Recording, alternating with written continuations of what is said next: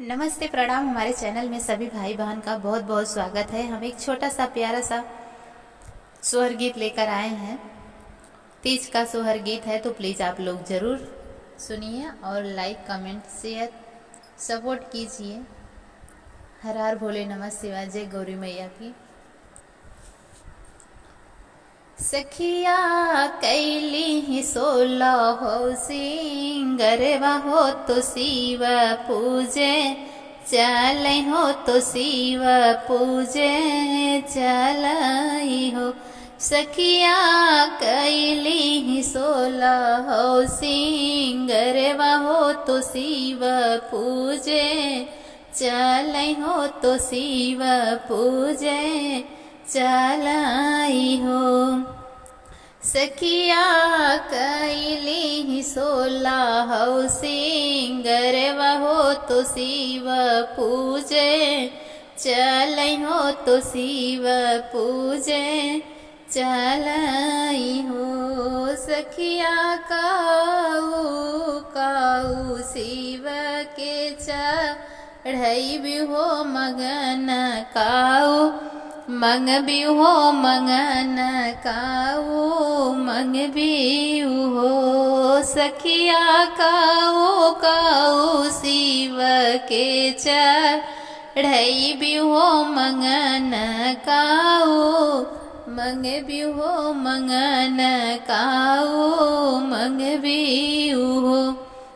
दूध दही घी मिलई हो तो जलवा चढ़ई हो तो जलवा चढ़ई हो। सखिया दूध दही घी नामी लई हो तो जलवा चढ़ई हो तो जलवा चढ़ई हो। सखिया भांगिया धतुरवा के भोग लगई हो।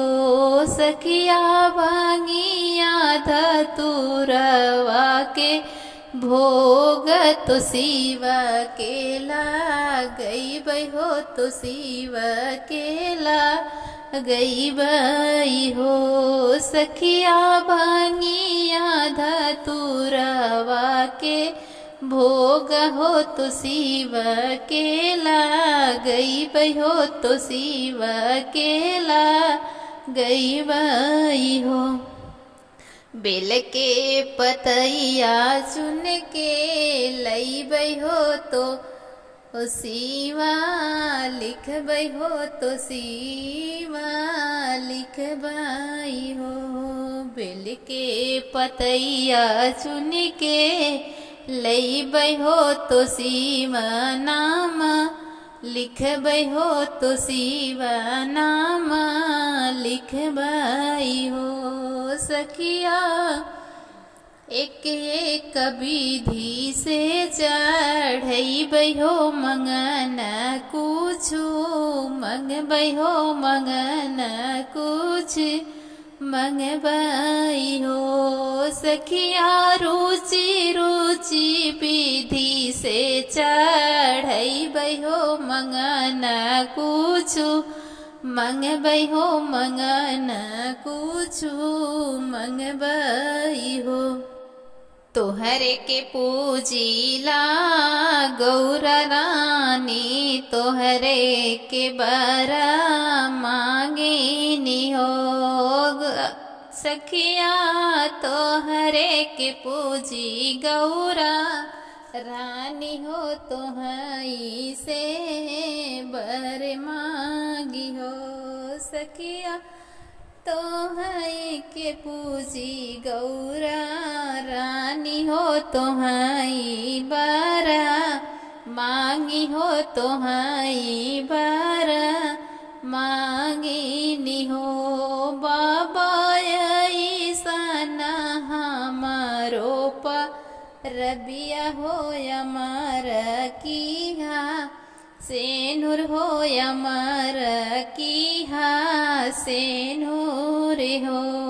बाबा ऐसन तीज के पार बिया हो यमर कीहा सेनुर हो यमर कीहा सेनुर हो जोड़िया जन्म जन्म बनाए रख दिन नवा बढ़े नहीं हो दिन न बढ़े नहीं आई हो भोले बाबा जोड़िया जन्म जन्म बना ये रखिया दीनन बढ़े नहीं हो दिना न बढ़े नहीं आई हो शिव जी सालों साल करब तीज के बरतिया हो तो मन सापुराया हो तो मन सापुराया हो शिव जी सालों साल करब तीज के रतिया हो तो मन सापुराय रख मन सापुराय रख हो।